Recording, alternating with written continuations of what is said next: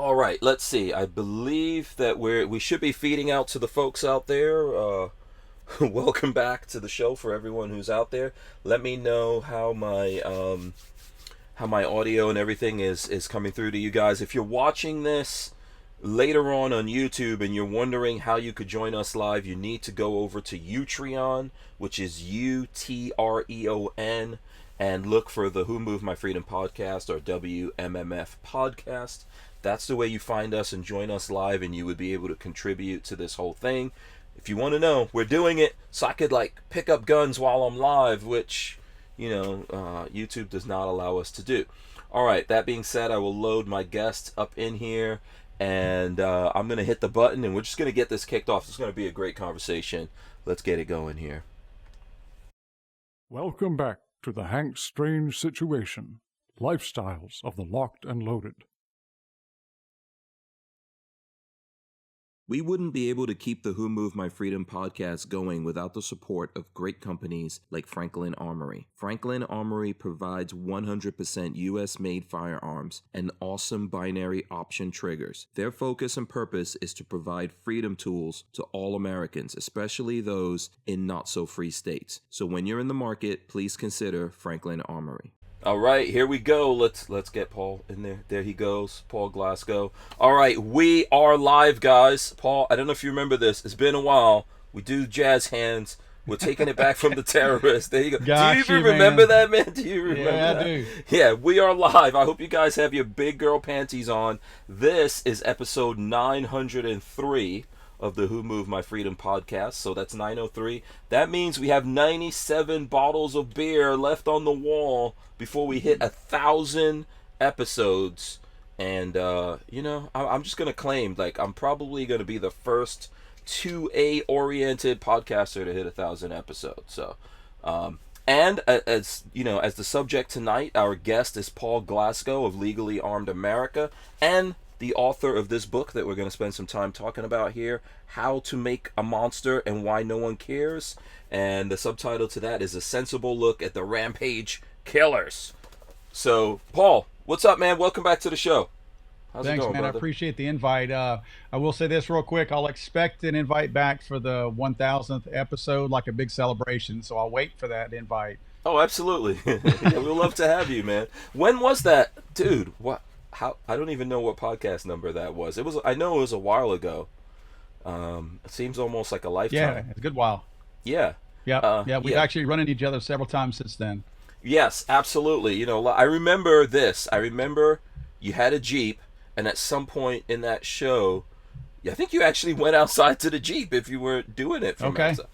Were you doing it from that's outside? been at least probably 2 to 3 years ago, Yeah, because I've had an F-150 since I got rid of my Jeep, and now I'm in a Bronco. Yeah. Oh, Bronco. Yeah. You know what? Well, if you wanted to, we could talk about it now. But Broncos, man. Well, mine hasn't left me on the side of the road yet. I've read in certain groups where some people haven't had the best luck with it. Oh, okay. And you have 2-door, 4-door? I have the 2-door. Okay. I'll see if I can get that. Yeah, I know. It's decent to your. Let's see. Yeah, I know you have you have a YouTube channel about that, right? Yeah, I started it, and it's of course you've tried to encourage me to spend a little more time on it. Unfortunately, I haven't. But I have spent. Here's a good picture of it. This is it sitting in front of. This was pretty unusual at the NRA show last week. These idiots valeted it right in front where all the. Oh no. Where all the protesters could pass right next to it. So, right. It didn't get messed up. I was lucky enough that it Does it have lasted through. Yeah, does it have Legally Armed America on it? It does. It's even got in the logo. It's got a little AR-15 that's sitting vertical. Nice. So it was probably not the best thing to sit on the street corner, but yeah, it did make. Egg this vehicle right here. You wanna burn something, overturn it, and get your vengeance. I think the guys at the Valley told me that they'd like to park some of the different vehicles out front, but also I have a cargo rack on top of it, and they felt like that rack might not clear the underground garage. So oh, okay. Yeah. I mean, listen, I don't wish it on you, but if they did it, I think that would make a good video for your Yeah, right. for the channel. Yeah, You're like, that's let's right. see how this Bronco survived. That's You know, right. an Downtown angry Houston mob with the rioters.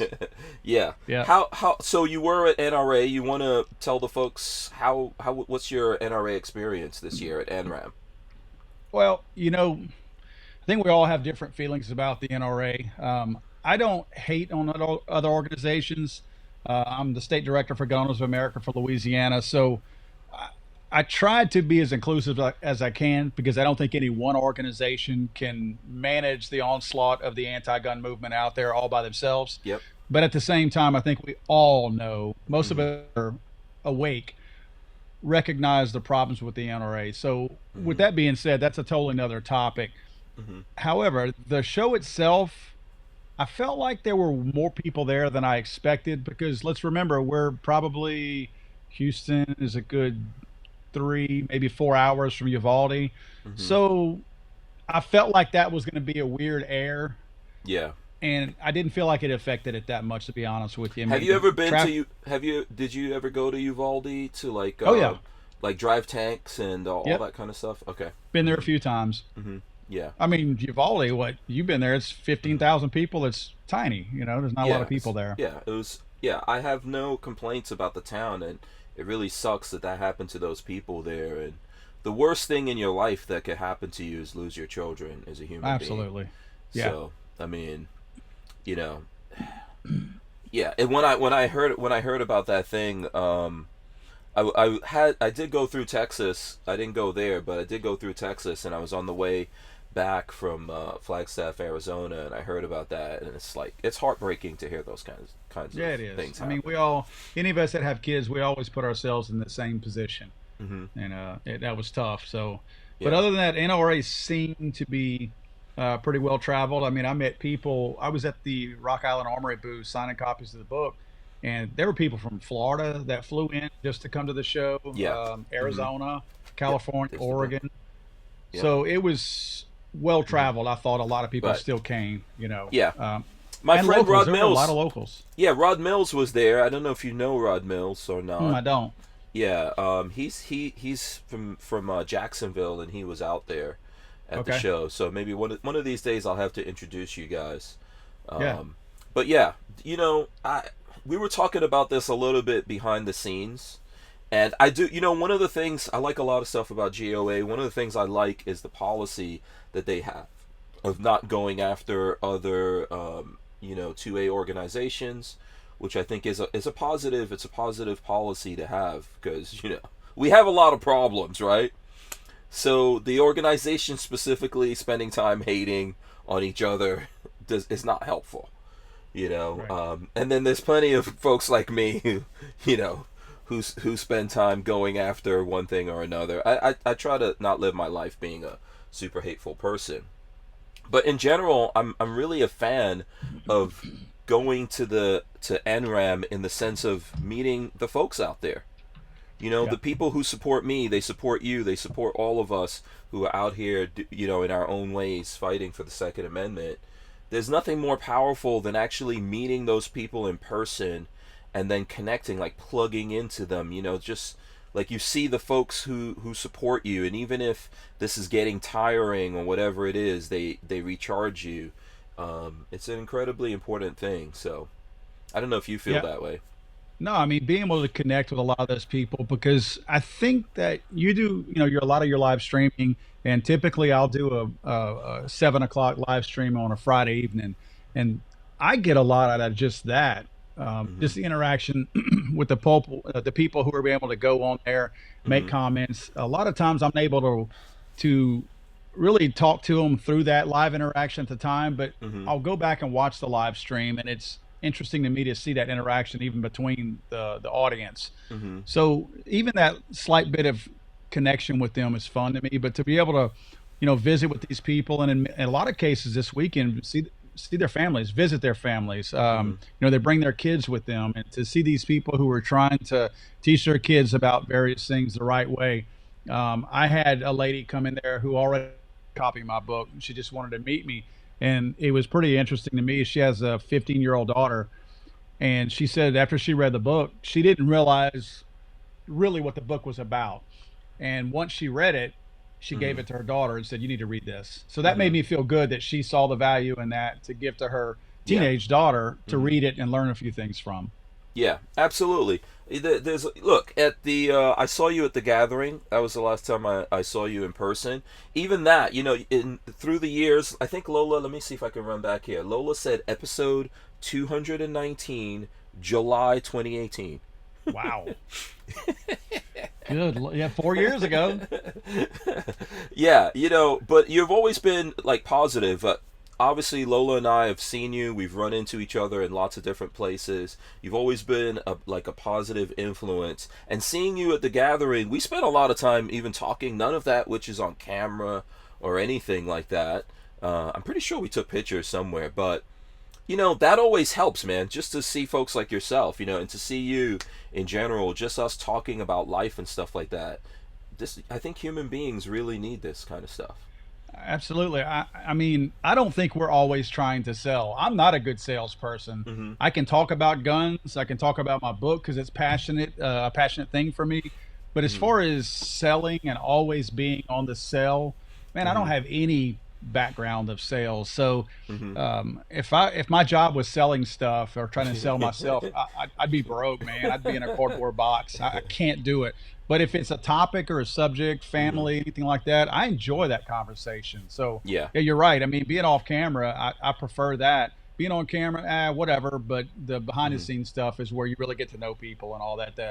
Because some people are kind of acting, Mm-hmm. so Mm-hmm. it's more fun to kind of get off camera and learn a little about some of our colleagues in the business. Yeah, and it's, I don't know if it's always like even in a bad way. Like we're just not typically not the same off camera as we are on camera. I think, Right. the folks who have gotten really good at doing this, and I try to work on that. I strive to be, the same person on camera as off camera, but it's not easy. I always tell No. people it's easier for you to stand naked in front of a crowd of people than to be yourself when those cameras go on. Yeah. But I try to Yep. do it. Yeah, but you know it is good to actually like interface with people and see like, hey, this is like a genuine person who cares about this. And I think for people out there may not realize it, but I know it's very powerful for those of us who create, who get in front of a camera and put these things out there, just like it's powerful for folks to watch us, and that does something for us. I think it's very powerful to actually interface with those people in reality. It does it's like the energy's going both ways in that situation, if that makes any sense. Yeah, and I Yeah. think in Mhm. general, Mhm. and I'm not trying to pretend like Yeah. we're celebrities, but I think in general, people who are following, whether it be a band, Mhm. a celebrity, a gun guy, I think whenever they can connect with them, it makes things so much more personal. And Mhm. they just feel like you've given them something back. And I will say this, I mentioned this to a guy that I was having lunch with today. I've just I've never been comfortable with somebody coming up to me going, "Hey man, I like your videos." Not that I don't want that, but I guess it's from a humbling background that I have. Mhm. So I've gotten in the habit where I get a bunch of decals, Uh-huh. patches, caps, t-shirts. I always have a bag of something with me because I Mhm. feel like that's more comfortable for me when somebody approaches me and says, "Hey man, Mhm. I love your videos. I appreciate that." It Mhm. gives me a chance to feel like I'm not being awkward about it. Because I Right. think whenever you're awkward about it, it makes you look kind of like a jerk. You know what I mean? Like you're blowing them off. And I'm Yeah. not. Yeah. It's just Yeah. a feeling that I'm not used to being in. So Mhm. that's my way of making sure they leave there with something and they know that I Mhm. did appreciate that I didn't come off the Absolutely. wrong way. Yeah. Yeah. I feel like this thing that we're doing, even like what we're doing right now, we're connecting to the universe is the way I feel about it. Almost like a battery, we're connecting to the universe out there, but it's not a abstract thing. It's human beings, it's people, and we feed off of each other's energy. And Yep. absolutely, that should be a two-way street. Sometimes I get in trouble with Lola because I meet people and then I talk too much, and she's like, "Seriously, we got to go do something, or there's stuff to do." But I don't know, man. I really do enjoy this is kind of a weird thing. I tell people I'm very introverted and I really don't spend that much time around people, and no one believes me. Yeah. You know what? A lot of creators are like that, though. A Mm, lot of people who put content out there are way more comfortable putting the content out there, being on camera, and hundreds of thousands of people watching them than they are if they just went and did a public speaking or something like that. Or they're not, mm, social butterflies, so to speak. yeah. So you see a lot of that.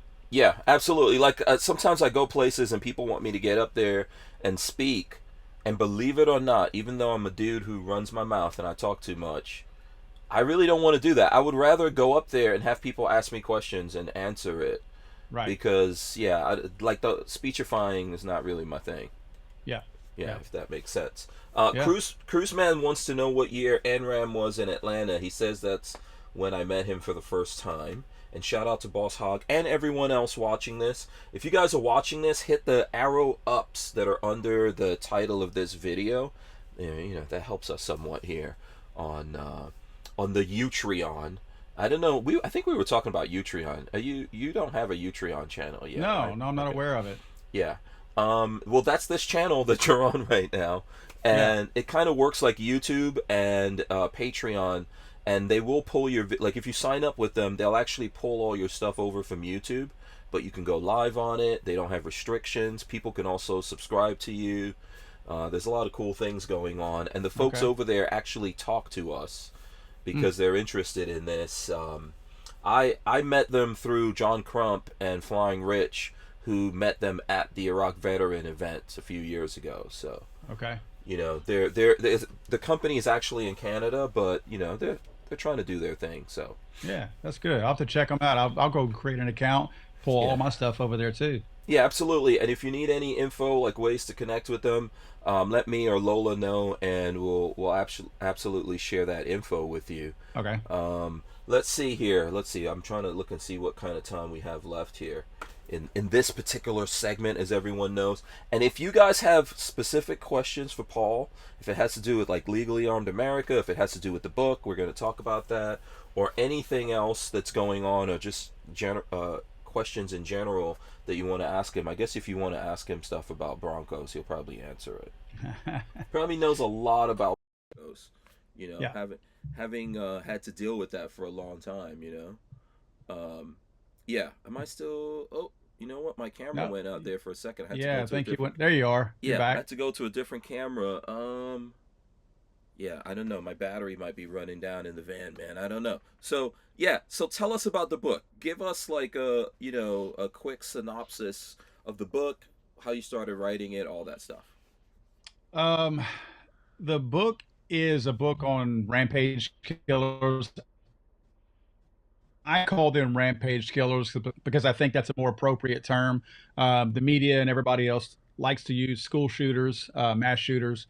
I don't like to use those terms if I can help it. I'll slip up sometimes and say that because I feel like it's kind of an indirect way that they're trying to get a negative stigma against guns by including the word shooter anytime a bunch of people are killed. So that's why I try to stay away from it. But it's essentially, I was doing work on a video 3, 4, 5 years ago. And well, it was 2017 because it was right after Parkland.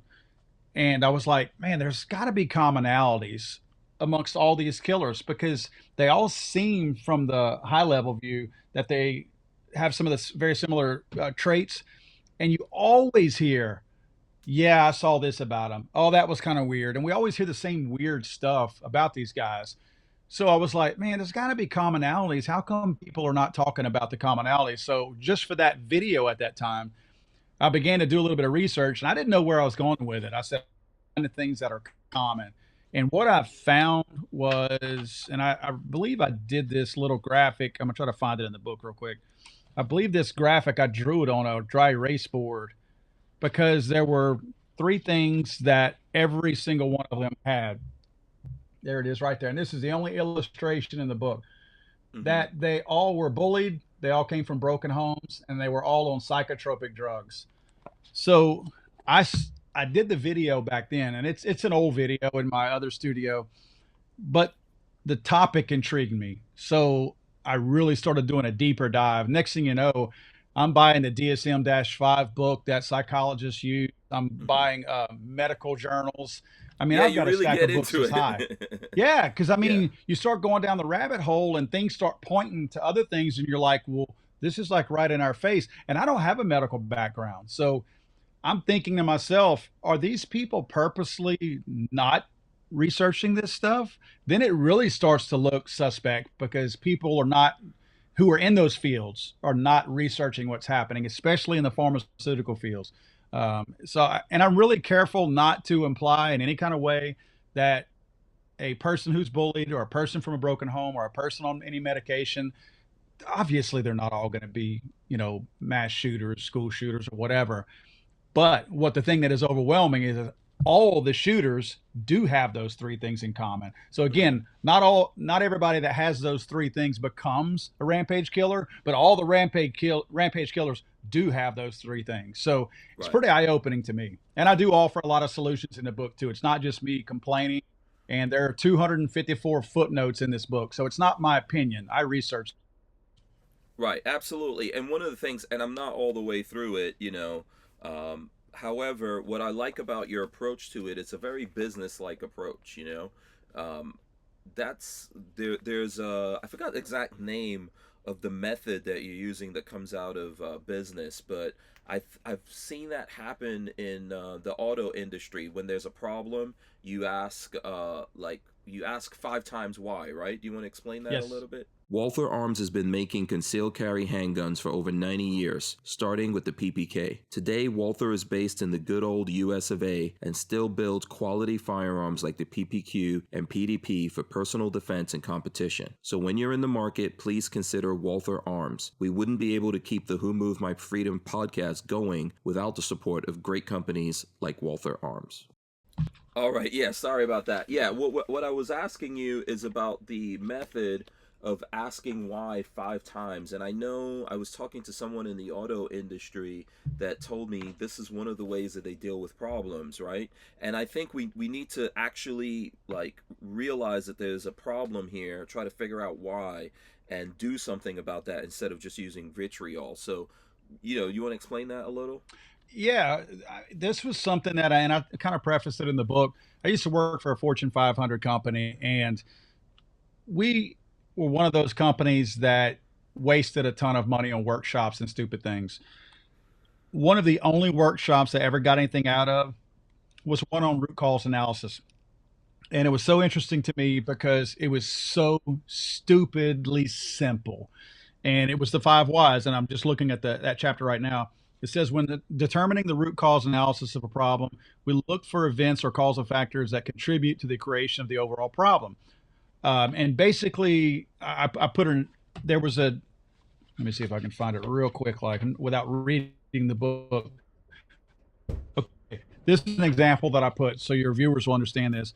If Mm-hmm. your teenager is continuously wrecking all the family cars, taking the teen's own car away from them may serve as punishment for their actions, but it certainly doesn't identify nor prevent them from wrecking a car again. Obviously, you correlate that to guns. Taking the guns away changes nothing. So if you apply the five whys to the teenager wrecking the car, it's very simple. The first why is your car dented? The teen answers, I ran into a utility pole. The second why is, why did you run into a utility pole? The answer is, because I never saw it. The third why is, why didn't you see it? The answer is, because my vision is blurry.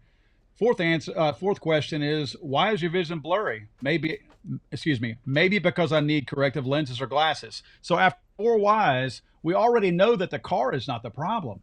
This person has an issue with vision. Now, I'm obviously not implying that there are mass shooters out there that can't see, but using this, I also apply that to guns later on. And it only took three whys to a mass shooter to realize that the gun wasn't the problem. I think, and I don't have that one pulled up, but it's something Mm-hmm. along the lines of, why did you shoot somebody? Because I was mad. Why were you mad? Because I'm depressed and whatever reason. There was something else. It was never anything related to the gun. Nobody has ever said I shot somebody because I had a gun.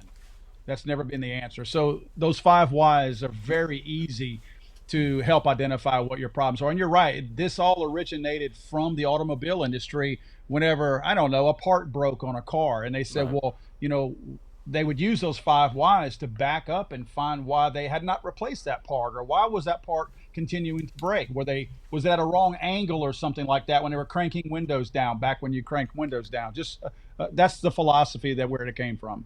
Okay. All right. Cool. Yeah, I'm trying to figure out the camera stuff in the background, man. That's So, why I'm trying. I see yeah, I that know there's somewhere. it's really crazy over here. The van, all the lights and everything have kicked out, but I'm running on like emergency stuff, believe it or not. Okay, So yeah, so there's a couple of questions in here that maybe I don't know if you could see the chat or not. I Um, can't, you but I can't. can. Where Okay. do I go? I'll pull it up. Well, yeah, I sent you a link of where you can go to Utreon, and but you'd have to Gotcha. pull up a different. Don't worry about it. Armament and I'm gonna pull it Axis. up on my phone. Yeah, Armament and Axis says, does anyone find it kind of convenient for the gun grabbing liberal that there have been so many shootings such as in such a short time span? And then also Brian Quick says, how do we know they were bullied? How is bullied defined? Was the Pulse nightclub attacker bullied? He was known to the FBI. If you want to take that. I think I talked briefly on the Pulse nightclub shooter in here, and the reason why I didn't include him as one of the main topics because I have a quote honorable mention section in here, and I'm pretty sure he's in there.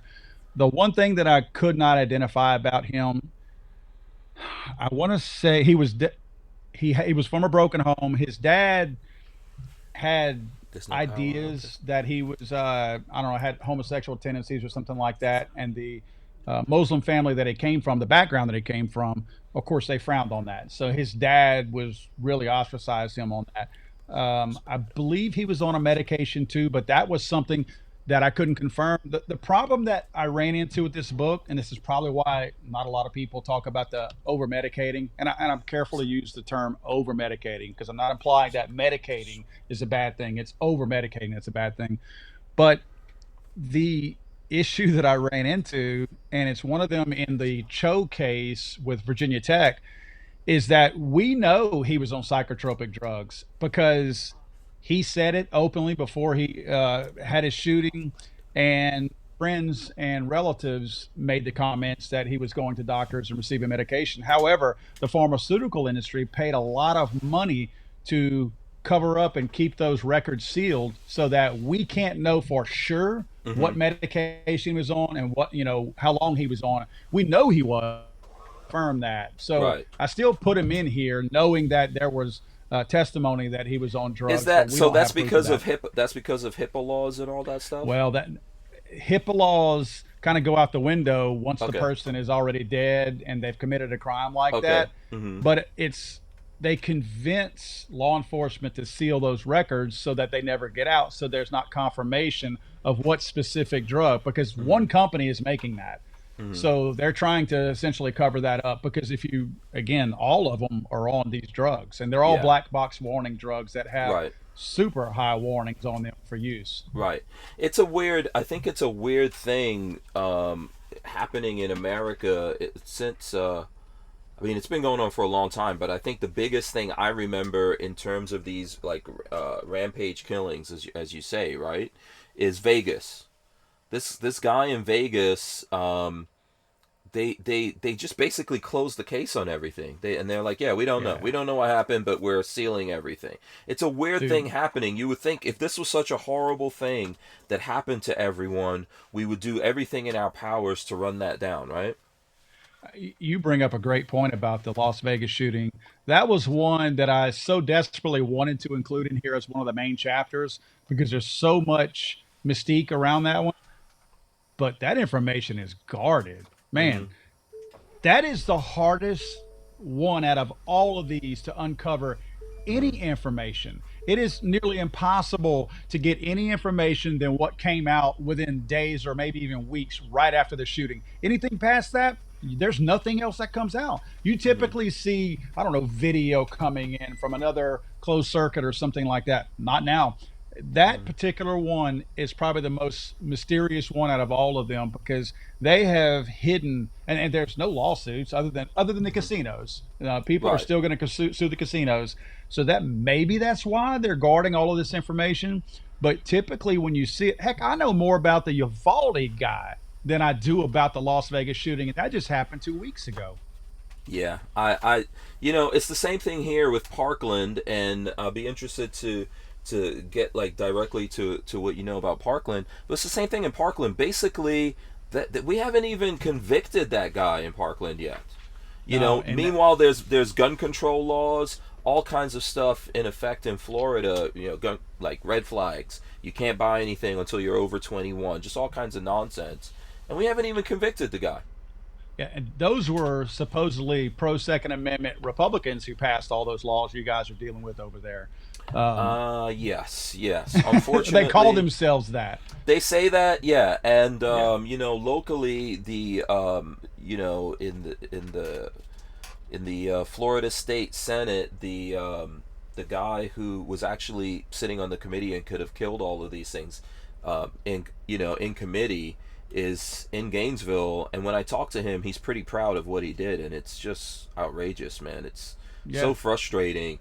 You know, even after all this time, these guys are still proud of what they did. We can't get them to undo it. We can't even get like a constitutional carry in the state of Florida, even though the governor is asking for it. There's a lot of weird, crazy stuff going on here. I was on a panel.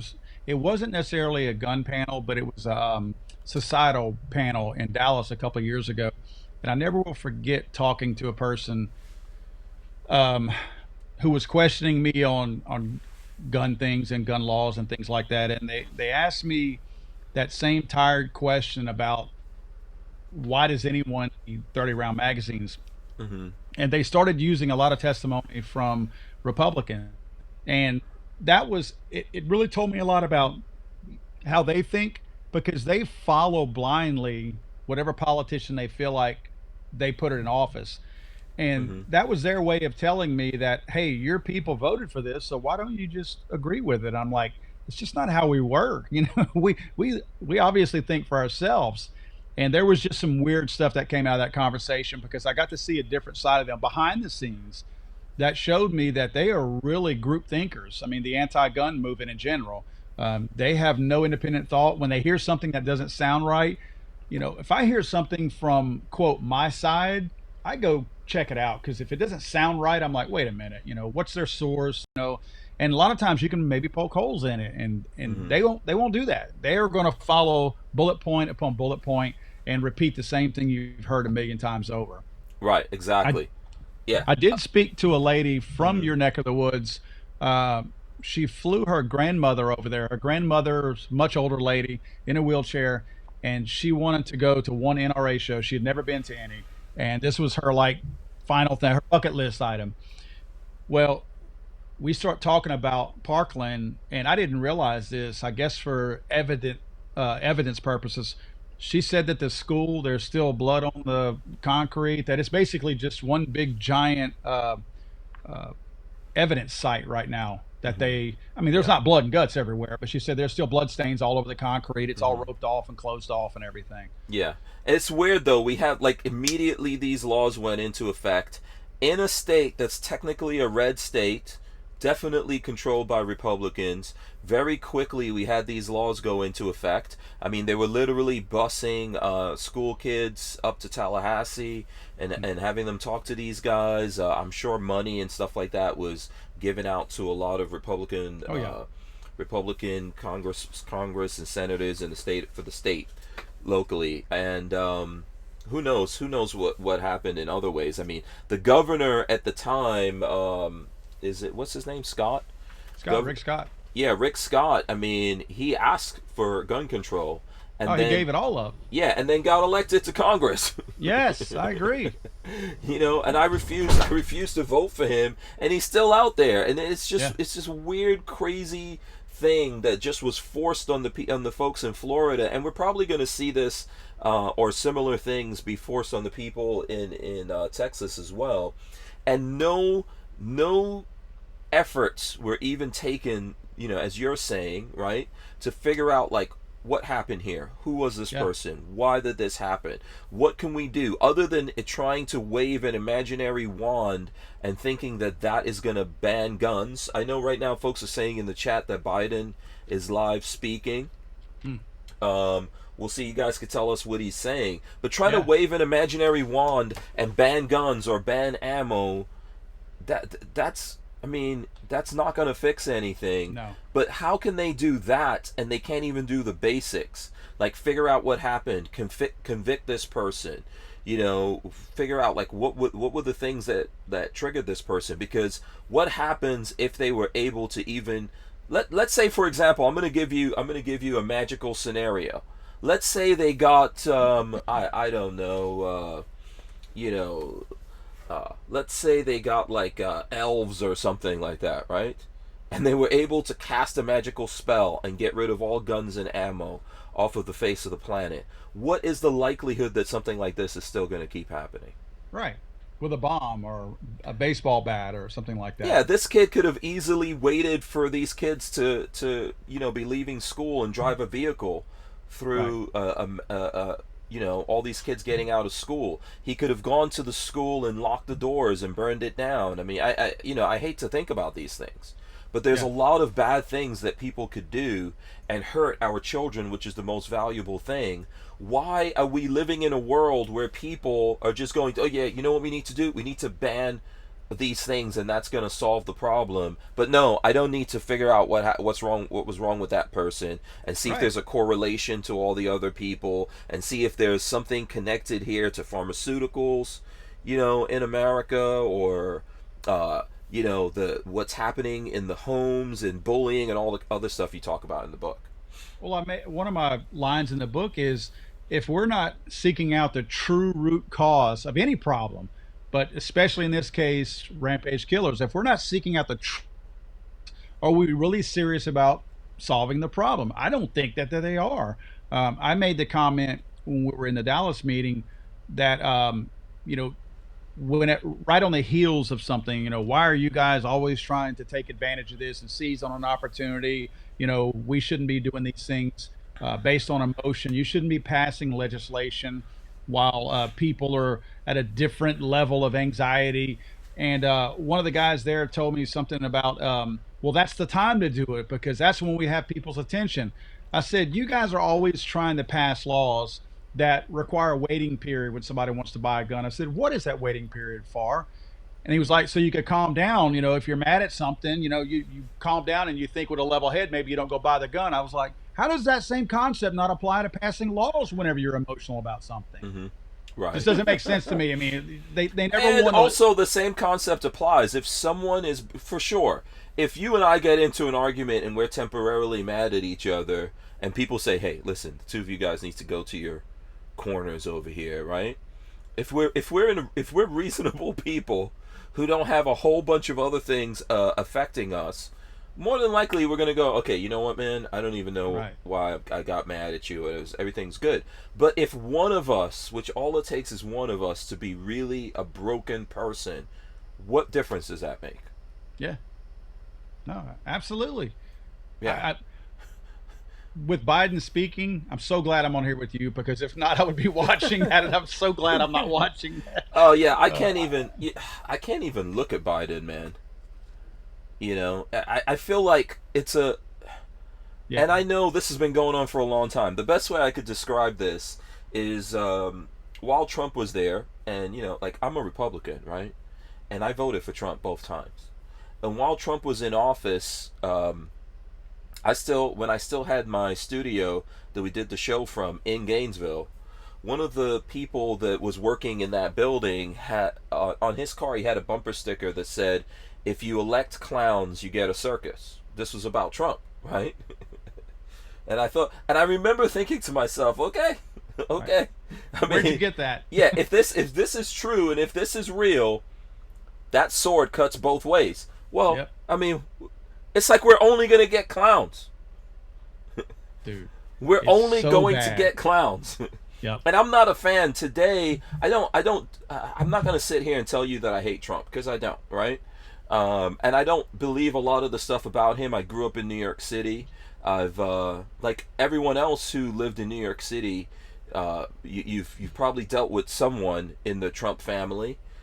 But so I don't have a hate or whatever for Trump. But Trump didn't do good things for the Second Amendment when he was president for 4 years. Right.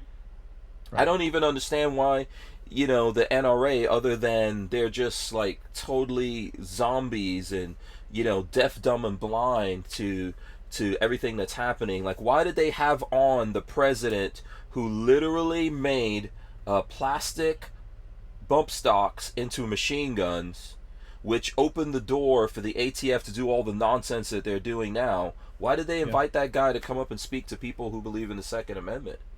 Right. You know? Right.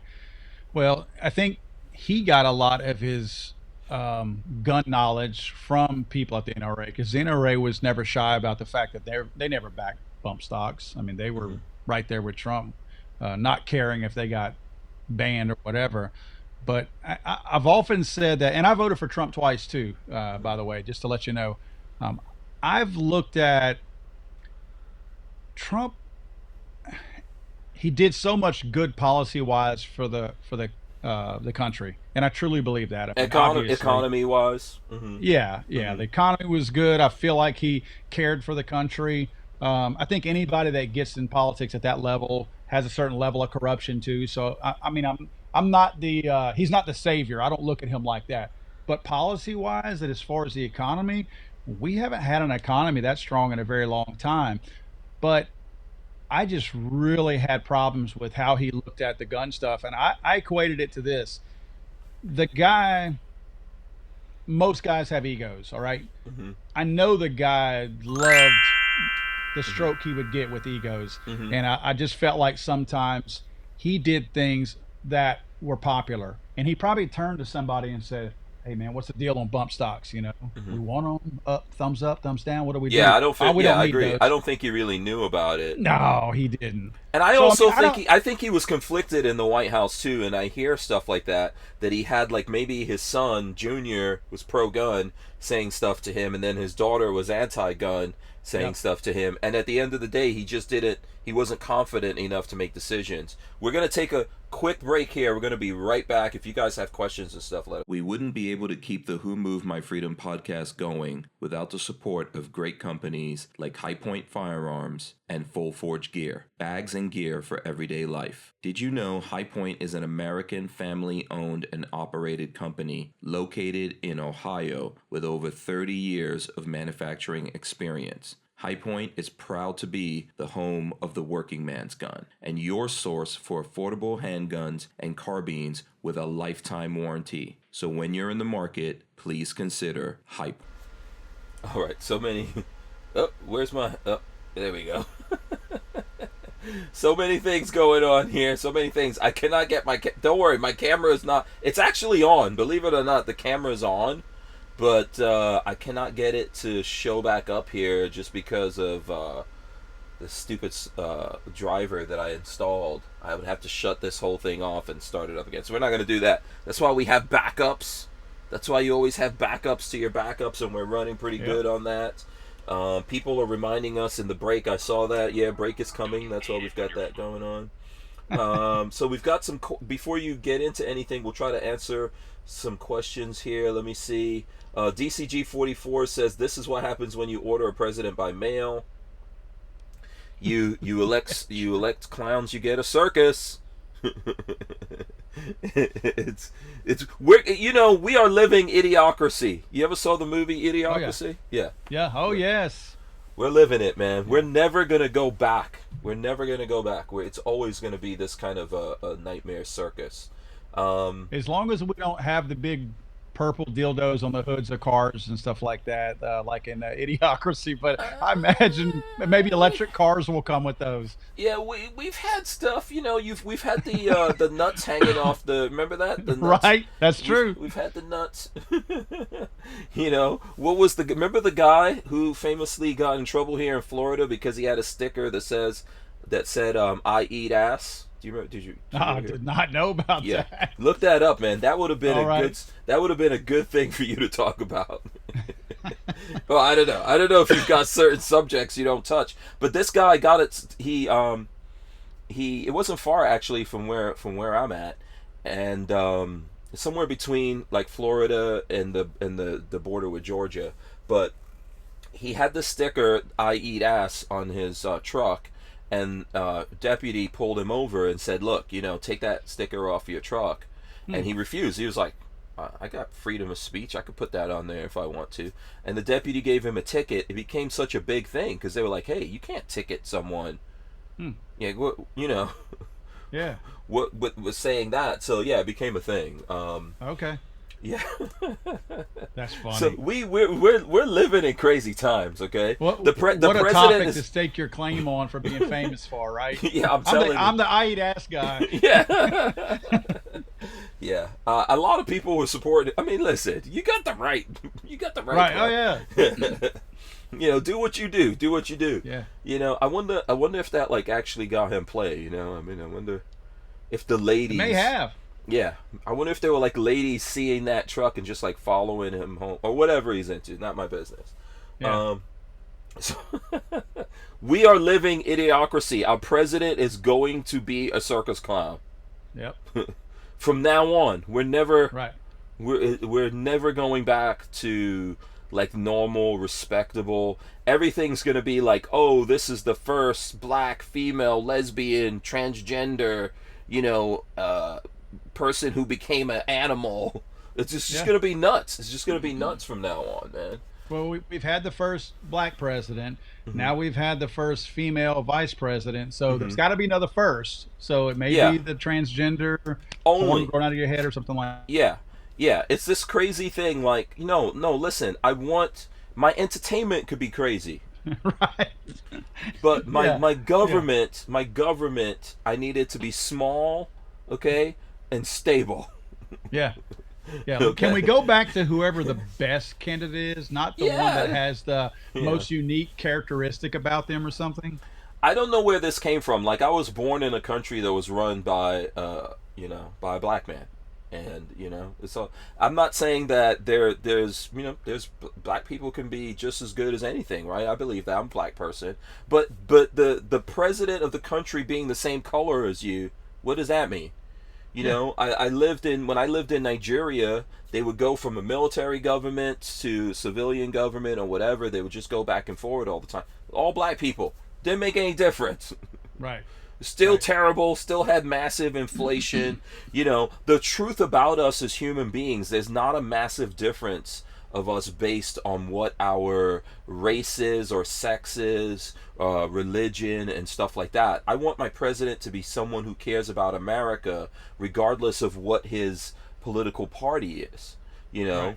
And I don't want my president to put like a small group of people, whether it's people that look just like me or not. I don't want him to put a small group of people over the overall group of Americans, right? I don't want to ruin the country that I live in, that I'm trying to take care of my family and have things and do things and accomplish things. I don't want all of that to go down the drain so you can make a point like, oh, here's this specialized person running this office. Like, what do I care about that? And and just one other thing. It's so insane that like we have the first black female Supreme Court justice. This is a woman who said that she can't even define a woman. Yep.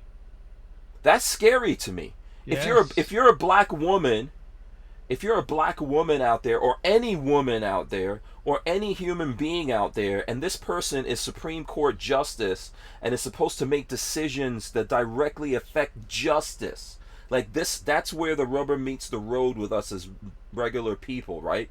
Not people with special privileges like politicians and all that. I want that person to know. What if an ACLU case ever makes it to the Supreme Court about women?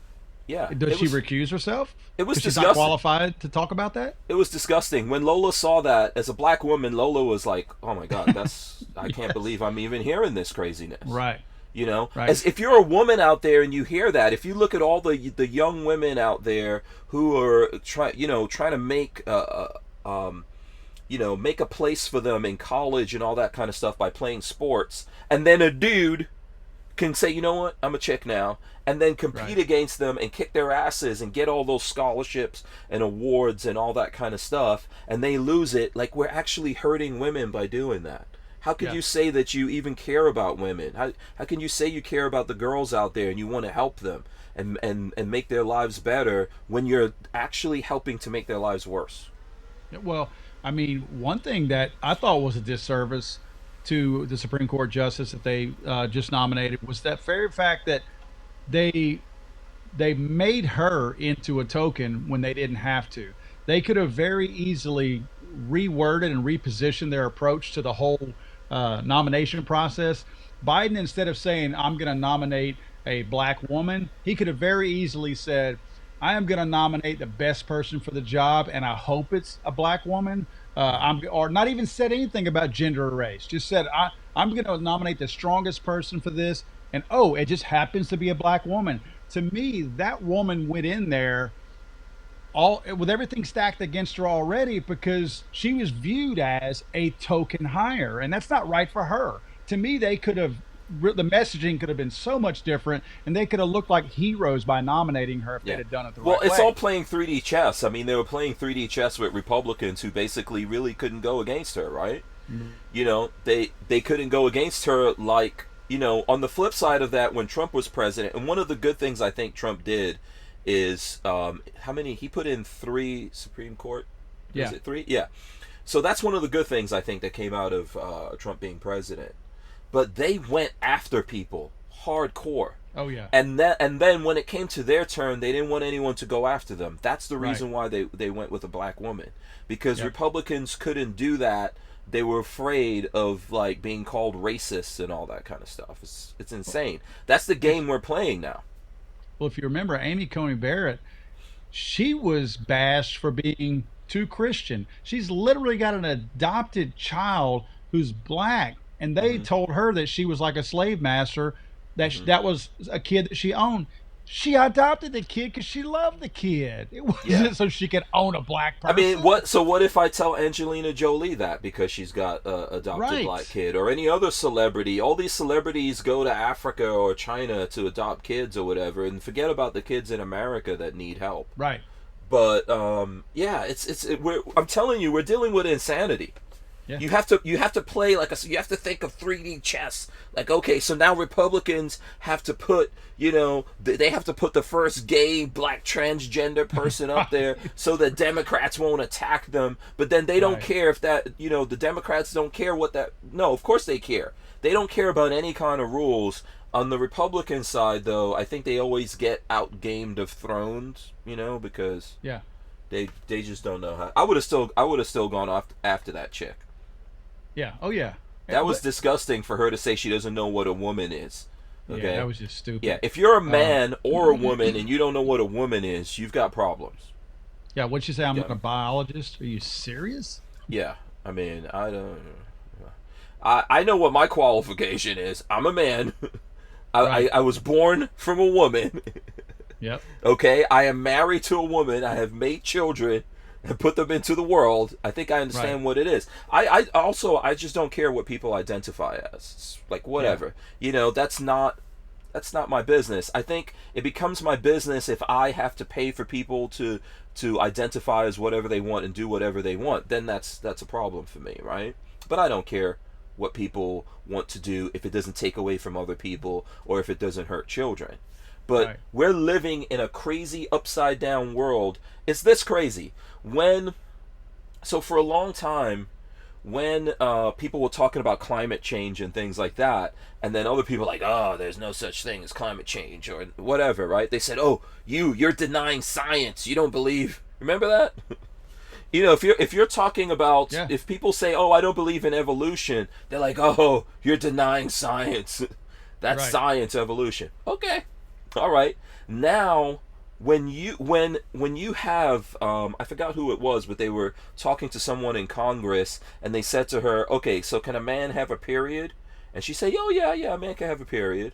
And they're like, okay, so if the man can have a period, can he get pregnant? Oh yeah, he can get pregnant. So he could get pregnant. He could have an abortion. A man could do that because he says he's a woman. He could have a period, get pregnant, have an abortion. That's insanity. That's denying science. That's unbelievable, man. I mean, you just want to grab them by the shoulders and kind of shake them a little bit. and say we need some common sense, just an semblance of common sense, a little bit. That's Yeah, just stupid. this is what I government can't is take supposed to anything a be. person says seriously after that when they say something that's Yeah, stupid. government is supposed to be that. Like, I get it. If you feel like you're a woman trapped in a man's body, a man trapped in a woman, whatever it is, okay. But when the people in government, when the person in charge of justice has no regard for that, okay, then why should the public have any kind of trust in them? Right. We shouldn't. Right. Okay. So let me get into this. Lola has given us some of the things that Biden's talking about. So neither one of us has heard, and Paul definitely hasn't. I haven't.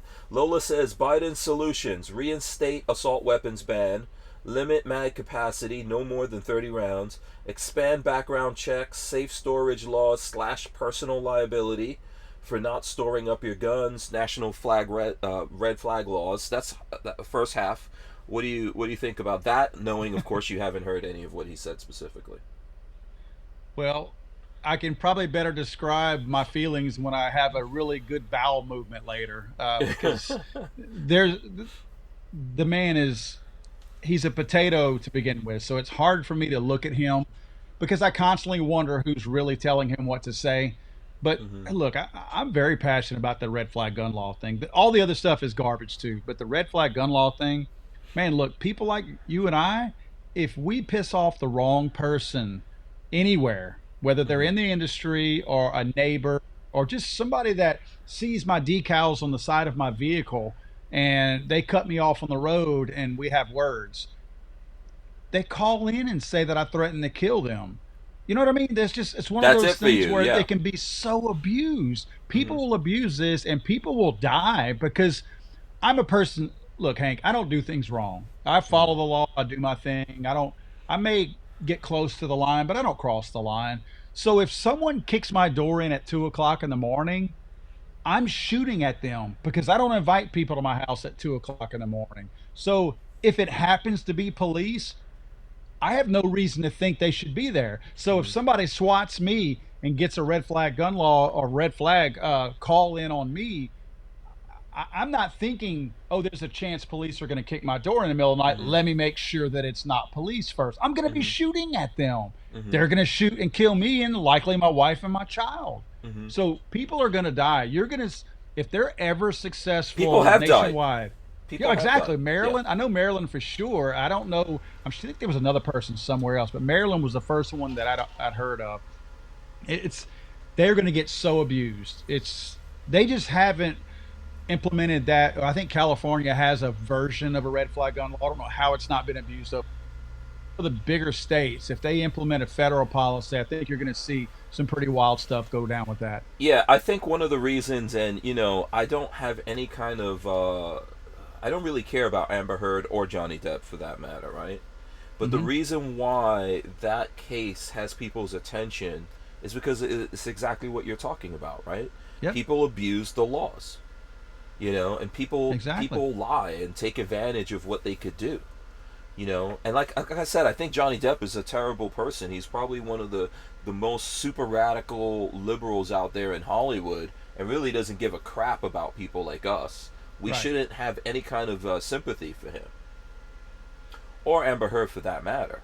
But right, that's what that case is about to me. This is someone weaponizing what the laws are, right? And weaponizing what society is up to and using it against. You can even say they're both doing it to each other, right? It's mutually yeah. assured destruction that they're up to.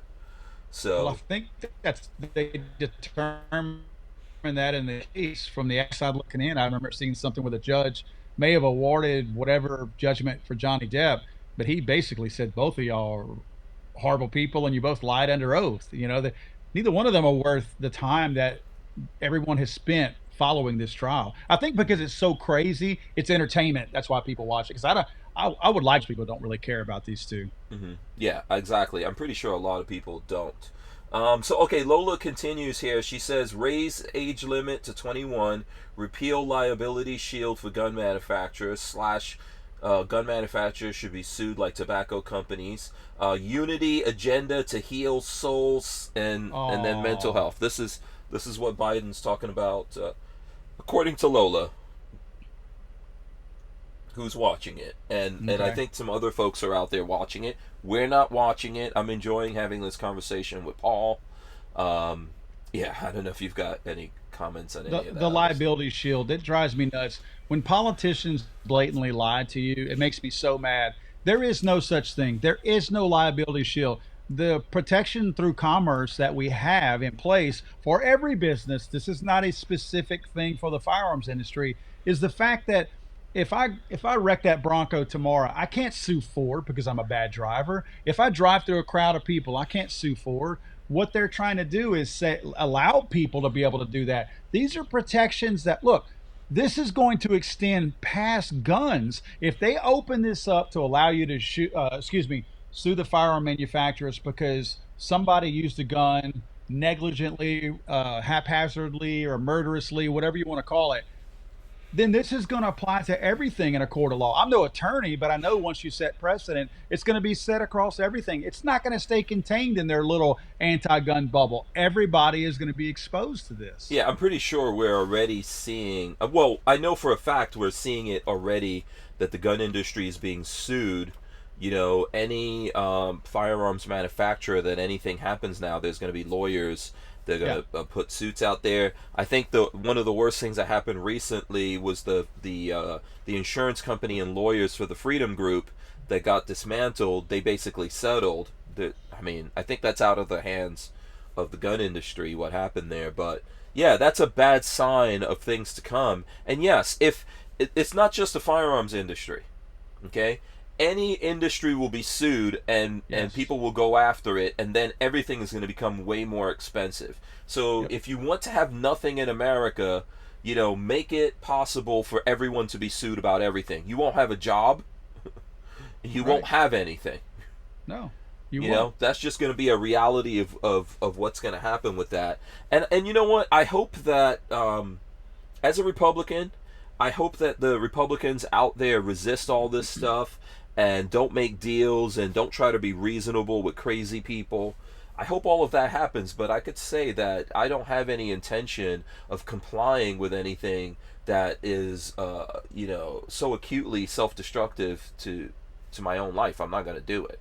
So they No. can make up whatever laws they want to. I'm not going to comply with that. No, and I mean you're right. All they're going to, that's the intent all along. And I know you're about to go to your break. Is that they want to bankrupt gun companies and put them out of business. That's been their goal all along. Yeah, absolutely. Okay, so listen, we're going to get into more stuff here. We're going to be back here in a second. Just stick right there with us. Give it your questions. With Armslist, you can shop the extensive list of local and nationwide firearms classified, now with more confidence because of their built-in firewall. For only $6.99 a month for personal use, or $30 a month for business vendors, so when you're in the market, please consider Armslist. We wouldn't be able to keep the Who Moved My Freedom podcast going without the support of great companies like Armslist. Let's see, are we back here? Oh, I gotta actually, I gotta actually put myself on here. Okay, so Lola has this follow-up question to you, Paul. She says, "Okay, Paul, what are your real solutions based on your research?" Obviously, we are here to talk about the book. Lola says there is a link to this book. People can well, first of all, before you even answer that, where can people get the book?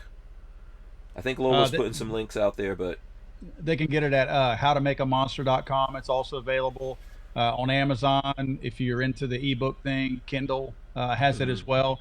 If you're going to get an actual physical copy of it, mm-hmm. I would recommend going to howtomakeamonster.com because you're going to save a dollar or two. Amazon has their markup built into that. Okay. Convenience associated with Amazon, but there's also a little bit more cost. Okay, yeah. So go to howtomakeamonster.com. You're saying, right? Yep. Okay, Yep. that's the best And that place is for my you guys to go website. to. It is, and I will say this just so everybody knows. I'm not personally, I'm not, but I'm not making anybody rich off of this book. Mm-hmm. I self-published this book, so every single thing, every portal you go through to buy it or whatever, I personally did everything. I set up everything on Amazon. I set up all the ebook stuff. I built the website myself for How to Make a Monster. I published the book myself. I didn't want to be beholden to anybody else because I felt like this book probably is a little bit controversial, especially when you get into where big pharma plays a role in this. Mm-hmm. And I didn't want to run the risk of anybody being able to stop it. So Mm-hmm. it was expensive for me to put this out because I funded it all myself. But it's more rewarding because I know that nobody can pull it off the shelf or pull it off online. Yeah. And I think, Paul's probably not going to say this, but I think he is very well deserving of you guys supporting him and getting this book. So, and it's really good stuff in there. I've been reading it. I think that, it's not a gimmick. There's, actual numbers and solutions and explanations and methods for going about stuff, which there's folks out there who say that, we don't care about that stuff. Of course we do. Well, Yeah. What's funny We're is logical people. this, honestly, and I'm not bashing anybody on our side either, but this is the first book that I've seen that had any real solutions in it. The left solution is to ban something. Obviously, Lola just gave you the list of things that Biden thinks are the solution, and there's no real solutions in that. Not one of those things that she listed addresses the person who decided one day that they wanted to kill somebody.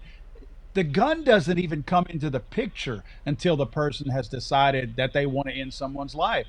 That's what we ought to be focusing in. That's what the book is about, obviously, because I know that a person comes to the determination that I want to end somebody's life, then they decide how they want to do it. And hey, I'm okay with you looking at, whatever you think the solutions are after that. But if we could solve the first problem of how they actually come to that determination, I don't think we'd be talking about guns or mass shootings, to be honest with you. Yeah, but I also feel like we don't care. I think, or not. Well, I think we care, and I think people in America care. One of the things I would say when this kind of stuff happens, and I talk to people, the first thing they want to figure out is like, so how do I defend myself? How do I defend my family? They don't Right. think like, oh man, I want to get rid of guns. Yes, there are people who think that, but Right. let's think about the people who are saying it publicly. Let's start with politicians. Biden, nothing in what he's saying, I promise you, and I haven't seen none of it. Nothing in what he's saying says that he's going to disband the Secret Service. Right. Okay? Right. Nothing in what he's saying says that he's going to disband the DC Police Department and all the other police department and government entities that are paramilitarized today to protect politicians. They're not going to do Right. it. And also celebrities out there aren't going to fire all their bodyguards or instruct their bodyguards to not have guns and protect them and their family. It's not going to happen. Well, Okay, so that's not, even if they said to me, even if they got out there and they said, hey, we're going to give up our guns too, I'm not going to believe them. And No. I'm still going to hold on to my guns. But, Lola asked you those questions. But go ahead and say what you have to say, but I want to let you get to it. Mm-hmm. touch on a point that you just touched on that I cover a pretty good in depth in the book. One of the sections that I have, it's called Secure Our Schools Like We Do Congress. And I point out in here that there's 535 members of Congress, and they're roughly in 2 square miles that they operate in Washington, D.C. Let's see, our budget to protect them with guns is $516 million a year. And let's see, with 7.4% annual increase realized every year since 2000. The budget for these guys to protect our elite politicians is more than the budgets of Atlanta and Detroit, according to the Cato Institute. If we can spend $516 million a year and it increases every single year by that rate of 7.4%, how come we can't do something to protect our kids? These are grown ass adults in Washington, D.C., in a 2 square mile area. And we spend all of that money with armed people, all kinds of different security and all that to protect them. We can't do something as simple as locking these schools up somehow or find some kind of a solution that's going to help with that. Well, I think the people, Drives me insane. the You know, people are I always met- expendable, man. The people are always expendable. Yeah. No, you're exactly right. And this shows you that these people truly see themselves in an elitist state where they do put themselves up. They act like they don't, but they absolutely do, because they don't think we should question that. Why are you questioning that? Their first answer is, well, we shouldn't have to harden our schools. Well, why did you harden Congress? Yeah. You didn't see a problem doing that? Listen, man. Even the people who vote for them are expendable to them. Remember, these politicians Most of them stood by, including Republicans, by the way. Many of them actually called for violence in the cities. Remember in the last few years? Yeah. All that violence we saw in the cities, places getting burned down and all that, they called for it. They definitely stood by while it was happening around America, right? And cities were burning. They stood by. Okay? And then when something happened in D.C., they got upset. Any reason, I don't care if you're a Republican, Democrat, you don't care, you don't vote, or whatever you do. Just think about that. These are indisputable things that I'm telling you. You could easily go and pull it up, and you could see these people inciting violence on the streets of America. But then when that violence came to their doorstep, they got scared, and they actually killed people. They used guns and they killed people, right? Yeah. When that happened. Yet, when it's happening to you, they don't want to do anything to actually protect you. They don't want to let you protect yourself. You know, this is like the crazy kind of hypocrisy that we're talking about here. One of Biden's things that he's saying, they want to raise the age for you to be able to buy a gun to 21. If you're not an adult at 18, okay, then you should not be able to go into the military. Right. Okay? You should not be liable for contracts you sell. You should not be prosecuted as an adult. There's a whole bunch of stuff they should not do to you. They should think about that. You know, there was a congressman today. I was watching some of the live stream on C-SPAN from some of this debate of marking up some of these bills, and that topic came up about the age being lowered, raised to 21 from 18 to purchase a firearm. And they, one of the Republicans proposed an amendment to say that, okay, well, if you guys are wanting to include this into this piece of legislation, let me at least have an amendment in there that if anybody signs up for selective service, which would be all males are supposed to do that, although they don't. Right. That this law does not apply to them; it exempts them. And they were like, "Well, no. I mean, that would gut the bill. We can't do that." I'm like, "Well, we're sending these people to war, and you can't do that." And he said, "Well, no, we're not going to do that. We're not going to support that amendment." They said, "Okay, well, I'll tell you what. Why don't I pass an amendment to raise the selective service age to 21 instead of 18? That way all things are equal." And they were like, "No, we're not going to support that either." Yeah, so they absolutely. can't even make any logic about that. Because they can't do that and send your kids off to fight for other people in other countries. They can't do it. You know, just realize at the same time that they're saying all of this, they're sending billions of dollars worth of weapons over to the Ukraine so that those people could fight to defend themselves. They're people defended. On the street. Yes, they're defended. They're sending guns to people so they can defend themselves, right? But they don't want you to be defended. They want to be able to send your kids off to war. Just think about that. Yeah. Right? They want to do that. This is what we're dealing with. There's no logic behind what any of these people are really saying, man. They can say what they want about China and Russia. Our politicians, both parties, envy China and Russia more than they will ever let on, because they want that kind of control. Yeah. You know, they were licking their chops whenever Trudeau banned all handguns yesterday in Canada. You know, Biden and those guys were sitting back there going, "God, if only we could do that." You know, we want that kind of that's power. Canada. The people of Canada obviously are screwed. I mean, what can I say? You know, if the people of Canada won't stand up and defend themselves, I don't want to do it for you. You know, I'm going to have to do it for my own kids and my own family and my own friends. I'm definitely not going to do it for Canada. I think all the countries around the world, people need to stand up and defend themselves. The Second Amendment shouldn't be just an American thing. It should exist for the entire planet. Every human being is born with the right to defend themselves. Every creature, every living thing around us on this planet, throughout the universe where there's any other life, every living thing is capable of defending itself. Yeah, call it what you want. We call it a Second Amendment. Everybody else should be looking at it as a God-given right to defend yourself and your family, period. That's got nothing to do with any kind of legislation. Yeah, and then to add, I'm gonna put Night Train's comment up here as well. He says those libtards are all for gun control to save children, but they're all for abortion. What a case of hypocrisy. I don't know if you want to comment on that.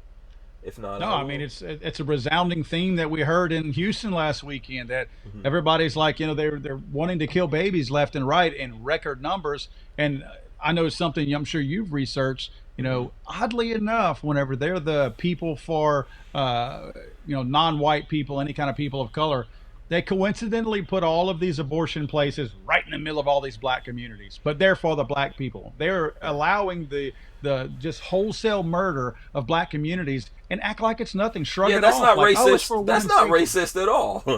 No, I mean, Of course, I can mean, you? basically, it's genocide, man. It's Yes, genocide. It's yes, genocide, and there's people in both on both sides of the political spectrum that are okay with it. And the that's right. powerful thing about it is that people are destroying themselves. Yeah, When you take your life that is genetically connected to you, that you create, and you destroy it, you are doing the job for these people. And if you feel like, hey, I should be able to destroy this life if I want to, especially the one directly connected to me, okay, then you can't at the same time though try to tell me that you actually give a crap about kids. right, right. And I You will know? tell you this: I am a registered Republican, but I have more libertarian leaning ways, and I think a lot of good conservatives actually are more libertarian than what they lead on. Personally, Hmm. I'm of the opinion that you do what you have to do, but you have to live with that. And I think that's why these people are so adamant about some things, because they're projecting the guilt that they have whenever they support these things. They can't possibly, in good conscience, think that it's okay to a child that is 2 or 3 weeks away from being born to pull them out and end their life and pull them apart until they're dead. That Hmm. no one can convince No. me that they think morally that's the right thing to do. I'm Yeah. sorry. I just don't There's no believe that. logic behind it. I mean, look, I get it, right? Like, I understand that there are cases where, women, Yeah. feel for there's multiple reasons, right? That a woman might feel, hey, I can't have this baby. It could be a Yeah. medical reason. It could be that she was assaulted. It could be all kinds of things, right? This no matter how you slice it, it's a horrible thing that that person has to deal with. It doesn't matter how it's rationalized and or what we think about it. Right. But yes, to make it easy, to make it an easy thing, to make it a thing that you don't think about. Um, 66 million times. yeah, it's crazy, man, and it's very similar, from what I was reading in your book, talking about all of the different things, because it's a combination of things in America and Sure. around the world that's created the problems that we're looking at. It's welfare. It's when you make it easy for someone, like, okay, you wind up pregnant, you have children, the father's not there. That's bad in and of itself, and there's multiple people to blame for that. But when you make that an easy thing to do, when you institutionalize it, then you have people who deliberately don't get married.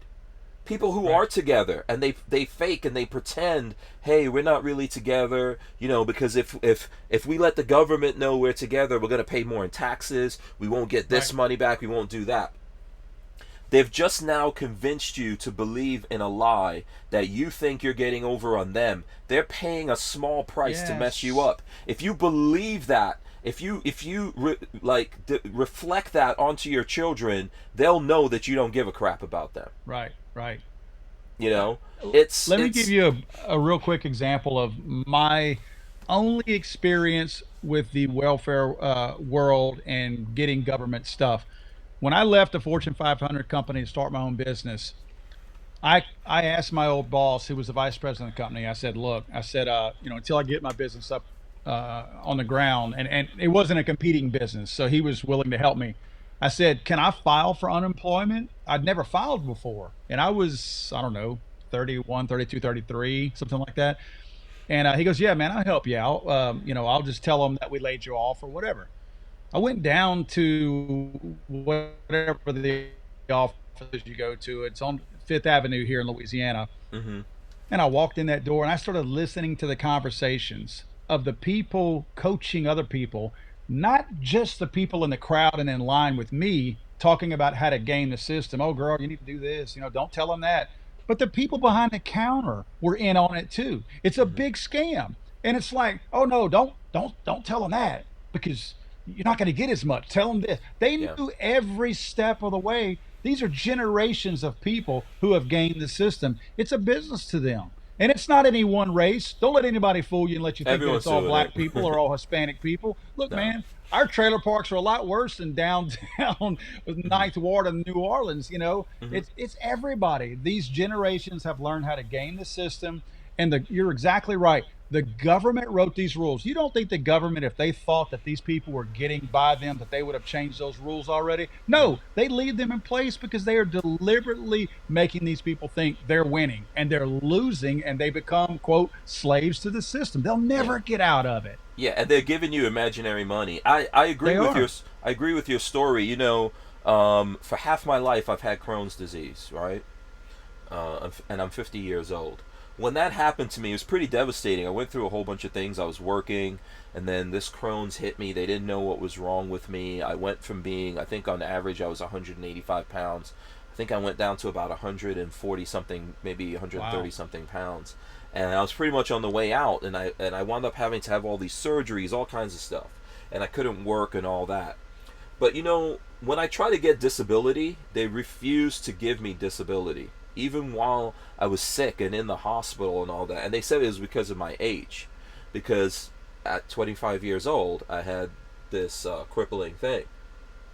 And when I started getting better, there were people like, listen, you could technically be handicapped. You're going to have this your whole life. You just need to keep fighting it and keep doing it.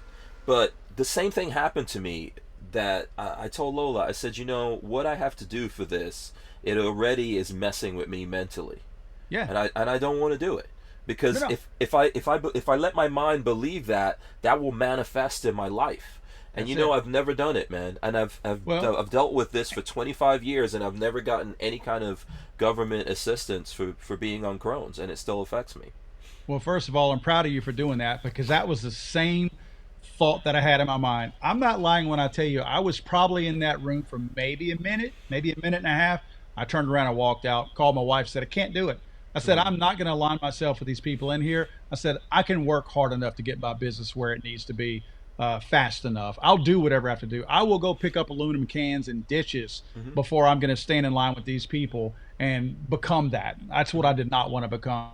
Mm-hmm. You look your child in the face whenever you're part of that system. And again, it's I'm not the knocking system people was who do it. If you no, really no. need it, I get it. But if you're The playing the system was system, the, the the system's system playing you. was it was purposely designed for people who needed it. It became something that was a bait and switch program, and then they started fooling people with it. Its Mm-hmm. original intent was right.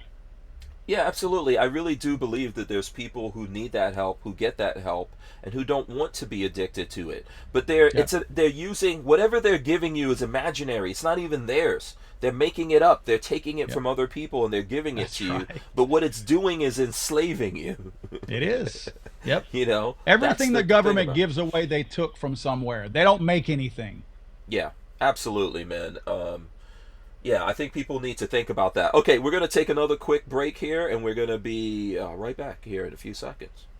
We wouldn't be able to keep the Who Moved My Freedom podcast going without the support of a DAO, or decentralized autonomous organization like TUSC Crypto. TUSC cryptocurrency is a firearm-friendly e-commerce option for online payment transactions, secured on the blockchain. So when you're in the crypto market, please consider TUSC, TUSC.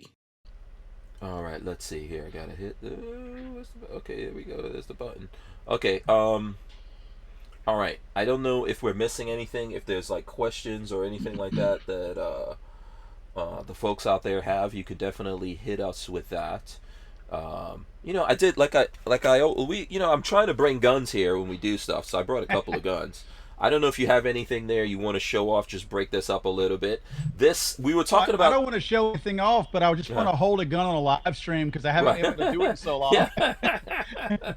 Yeah, actually, yeah, I feel the same way, man. I don't need to show the guns every day, but I do Right. it just because, damn it, it feels Right. good, That's right. to do it. And look at this, we're responsible for all the rules that Facebook and I don't know if Facebook has a specific rule about that. I know YouTube does, but there are different social media that have all these rules, and they go after the folks like us that are responsible gun owners. I mean, I'm an FFL for crying out loud, right? I've been doing this particular thing since 2013. All kinds of stuff involved in this, and they go after me, and then they still don't stop people from live streaming horrible things. Right. So That's crazy. It's so crazy. So anyway, this is the FXH45, which is like one of the first polymer 1911s out there. That's a good looking gun. From ATI, and these grips come from Andrew's Custom Leather, specifically made for 1911s. This is Stingray on here, so this is actual Stingray on these grips. And anyone who looks at YouTube /Hank Strange, you know I've done a bunch of videos with Sam Andrews. He makes leather holsters, exotic leathers, and all that. That's what's on there. And then my other gun that I've got here to play with is, I think this is the C9. So this is the compact High Point. High Point sponsors the channel here, but I've owned this way before I ever even met the guys at High Point. So you need to talk to them for me, because I've been wanting to put my hands on one of those for review. That's I've had a lot of people ask me. I've never held one. I High have Point? one of their. Okay. No, I've held a High Point, but not that model. When they came out with that C9, I've never. I have a 45. this is the old. This is not even the new. The this is Yeet not cannon? No, this is not the Yeet cannon. But Okay. I can connect you to the guys from High Point if you Yeah, want. Though. yeah. I have one in that model in 45. Oh, okay, yeah. I actually have one of their carbines, and I really am impressed with it. Yeah, the carbines are pretty good. They've got 10 millimeter, 380, 940, I think. Yeah. Yeah, and I think that I think that High Point's good guns. They're not the most attractive things in the world. They're affordable. I bought this for less than $100 from a pawn shop. I don't know, maybe like $60 or something like that. So, Right. and these work. There's cheaper guns out there in this category that don't really work. These work. And when I bought this used, I opened it up to clean it, and stuff sprang out and then magically disappeared into the ether. But I called up High Point. They sent me the parts. I put it back together. Okay. So yeah, man, I think it's a good company. And I can't wait until they make these better looking. Yeah. That's what I would say about that. So Yeah, no, I agree. yeah, what gun stuff have you been getting into, or what cool stuff did you see at ANRAM, man? Probably the coolest stuff I saw in our annual meeting was people who came to buy my book, because I was in a booth selling my book the entire time. Right. I literally did not leave that booth. So I did see. Whose booth were I you think in? it Let's was give them a plug for even having you there. That's pretty It cool. was Rock Island Armory, Arms Okay. Store. Those folks have been really good to me over the years. They were probably one of the first companies to sponsor me 7-8 years ago, and they have never left my side. I mean, I honestly have to say that they are such a good company, good people, and they've just done a lot for me over the years. If I can call them and I need ammunition, 2 days later, a big box of it shows up at my door. Cool. They treat me really good. And I reciprocate, of course.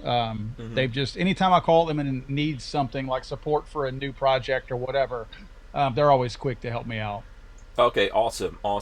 So you didn't get to really leave there, man, huh? You just No, I did see today, I think it was, SIG came out with 10 millimeter P320, and they released it at the Really? show. Yeah, so that kind of intrigued me. I was That's like, interesting. Okay. yeah, I was Yeah. shocked to see Are that. you I a was fan not of expecting it. 10 millimeter? I'm not a big fan of 10. It's like, I don't know. I like 10 millimeter just because, like, Yeah. I don't have anything.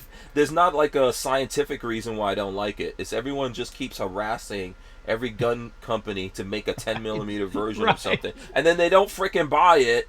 right.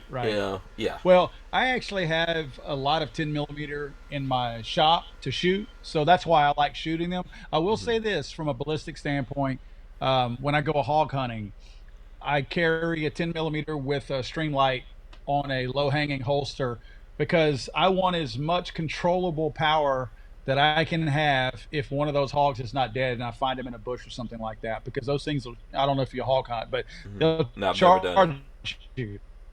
Oh, okay. So that is what I carry. I feel like it's a fast enough round. It can penetrate the the hide of a hog. So I think enough of it to where it's one of those things, like if a hurricane hits, like you're in Florida, what gun do you grab when you're out the door, you actually put more thought into it. If you ask Mm-hmm. me today what gun is my favorite gun or my self-defense gun or bug out gun or whatever, I'd probably give you a list of guns. All these are probably Mm-hmm. good. But whenever a hurricane is in the Gulf of Mexico and it's 3 hours from hitting here and you're Mm-hmm. walking out the door and you look around, you really think about what gun you What are you want gonna and why grab? you need it. Yeah, Yeah, I would agree exactly. with that. And that's why the 10 millimeter with hog hunting is why I carry that.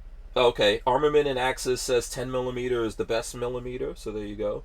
And All right. DCG 44 says Rock Island has good stuff. Like I said, I don't have any problem with 10 millimeter, and I do like the 10 millimeter carbine from High Point, and there's some 10 millimeter stuff. But it's just, if you guys are gonna demand these guns for the Right. companies to make them, please buy them. Because then Right. when Right. when guys like me demand other millimeters, like I like 5.7. I think 5.7 is pretty cool. I'm happy to Yeah. see companies making 5.7 guns, and hopefully we'll see more companies making the ammo, so the ammo prices come down. We need those people to actually buy the stuff they demand the companies Yeah. make. So, and I Yeah. know I know the folks out there are doing it. What's up? We want these companies to be innovative and put new products out. So we have to support those new products when they do finally hit the market, or they're going to stop doing that. Yeah. And by the way, in Florida, a lot of people like 22 Magnum for hogs. I've never Okay. been hog hunting here. I would do it. I would love to do it. I would like to hunt stuff that I would eat, and I don't eat pork, but I would still hunt the hogs if I could donate the meat or whatever. I would still Well, do and a that. lot So over in Texas now, Louisiana not so much, but Texas, man, they are such a nuisance. They they're will pay invasive. you to go shoot those things. Yeah, they're invasive here in Florida too. But people like 22 Magnum, and actually Walther Arms, which sponsors the podcast also, and I'm cool with those guys. They put out a 22 Magnum pistol, so Okay. I think it's a 22 Magnum PDP. All right. So that's interesting. Have not gotten my hands on it. Yeah. I think I was asking Lola to put in a request and see if I can get my hands on one, but I'm sure that's everyone else too. Right. Right. You That's how guys they go. actually have a guy, and I don't remember what part of Florida it's in, Hmm. but I follow him on Instagram, or at least I used to. I have to figure Hmm. out who he is again. I had my Instagram account deleted from Really? Instagram, so I'm starting over again. When was Um, it deleted? it was deleted probably a month ago. I had 20,000 followers, and now I have back to 300 again because they Wow. just decided I didn't belong on there. What's Uh, your Instagram? I'll pull it up so people can go there. it's the Legally Armed America. It used to be Legally Armed America. Now it's the Legally Armed America. Okay, let's see if I can get it pulled up. Go ahead though. I was This guy, gosh, I will find who he is again because I've got some text messages from him. I've actually reached out to him, but he's in the Florida area and he has a very cool job. His job is to go after iguanas hmm. and hogs and boa constrictors. The Yeah, state I pays think him to uh-huh. eradicate those. Okay, cool. Yeah, I think didn't the guys from Brownells go do some stuff there? I think it was him because in my old Instagram account I followed Brownells and I'm pretty sure Hmm. they might have been. Well, no, no, no. I Because looked for Roy him. That from Brownells was doing something with someone about okay. iguanas. Yeah. Yeah, I forget what his name is, his handle or whatever, but I've Yeah, you got know his what? I'm name not number in following. my I didn't phone. even realize the last time I saw you, I followed you, and I realized, like, yeah, I'm not following you because they deleted it. So I'm Yeah. gonna follow you right there, and then of All right. course you Appreciate it. posted something that you're here on the show, which Yep. I'm gonna appreciate that. You know. Oh, actually, let me go. And listen, you guys have to actually go comment on stuff. So you gotta, go to this post, go follow Legally Armed America, and then comment on there. You know what I mean? Show some love, help him build up back the. I hate it when these social media platforms, man. Man. We could go down a rabbit hole on that one. Yeah, I'm on my second Twitter, my second Instagram. I Hmm. really hope my YouTube doesn't get canned. I have some really strange stories about YouTube. I put out a video on the Buffalo Rampage killing a couple of weeks ago, Hmm. and the first video I put out on it, it was just an explanation of what happened. Well, they took the video down. I showed the guy's video from the moment he drove up, and then he went to lower his firearm for the first person, and then I cut it off. Well, I guess I kind of understand that that could have been sensitive content. They didn't give me a strike, but they deleted the video. So I thought, no harm, no foul. They told me, hey, you probably didn't do it deliberately, so we're not going to give you a strike. The next day, I got my hands on the guy's manifesto. Now, I did a full video poking holes through the entire manifesto and talking about how this manifesto was essentially a checklist of the anti-gun people and the wackos on the left. They deleted that video. They gave me a strike. They put me in timeout for YouTube. I could not upload a video. I couldn't go live. I couldn't do anything for 7 days. Last Tuesday rolled around, and this is the first time in 10 years now. They've never done this to me. I'd never gotten a strike. Well, they took me out of timeout, but all my videos were demonetized. I have 900 and something videos out there. They turned it off for all of them. Wow. The little dollar sign. So did they kick you out of the monetization program, or they just demonetized all your videos?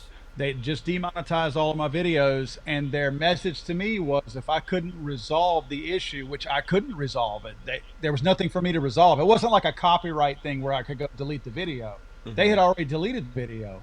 So they said, if it can't be resolved, then you're going to be demonetized for 3 months. Well, Hank, I don't make a lot of money on YouTube, but I make some money on YouTube.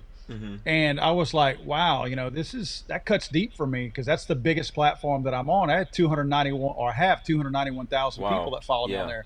So it was the weirdest thing. About 4 days ago, I'm looking at my YouTube through one of the apps that I have, and I noticed that the dollar signs are back. Now, they're not monetized. They were gray. And I was like, well, that was not even there for 7 days. I wonder if they turned monetization back on. So I went to my desktop and I clicked in for bulk, and I selected every single video of mine. I clicked monetization on, and they were all yellow. So it was partially monetized. And I thought to myself, well, okay, well, they're turning it back on. Look, yesterday, I'm going through all of my videos. The video that they gave me a strike for, they put it back up and they monetized it fully.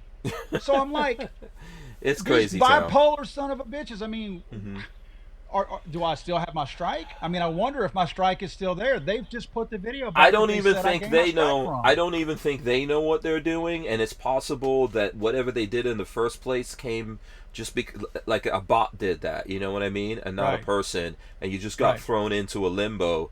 And then maybe you have to get a person to actually act on things. I know that happened to me when my YouTube channel was deleted, the main one, and that happened when I was like 60,000 subscribers. We're like 120 now, and they turned it back on.